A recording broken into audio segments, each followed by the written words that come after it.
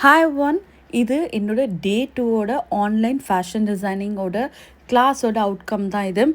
So இன்றைக்கி class 2ல் வந்து நாங்கள் பார்த்தது பேசிக் ஸ்டிச்சஸ் பற்றி பார்த்தோம்.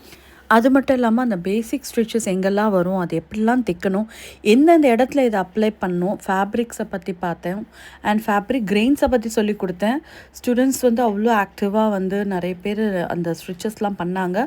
ஸோ நார்மலாக என்னோடய ஆன்லைன் வந்து பார்த்திங்கன்னா ஆன் காலில் நான் பண்ண வைப்பேன். இன்றைக்கி என்ன கிளாஸ் நடந்ததோ அன்றைக்கி முடிஞ்ச வரைக்கும் அவங்கள பண்ண வைப்பேன்.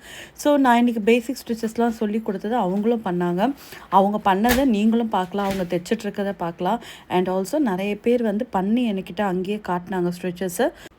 ஸோ அதை பார்க்கும்போது ரொம்ப நல்லா இருந்தது. ஸோ அங்கேயே உட்காந்து மிஷின் வச்சு நீட்டாக அழகாக எல்லாம் தைச்சி காட்டினாங்க.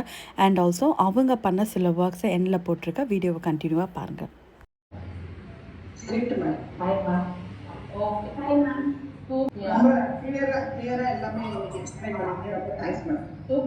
இப்போ சைடு அடிக்கிறதா சொல்லிட்டு ஆக்சுவலி அது சைடு அடிக்கிறது ஓவர் அடிக்கிறது அப்படிதான் தெரியும். அதோட நேமெல்லாம் இப்போ நீங்கள் சொல்லி கொடுத்ததா எங்களுக்கு அது தெரிய வந்துச்சு.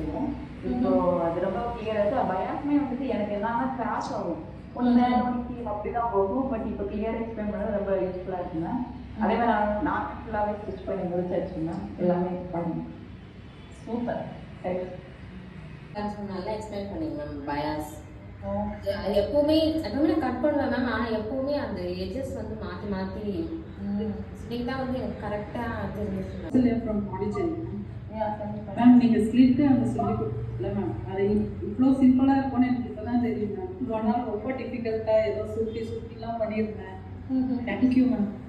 Flat stitch. ஓகே.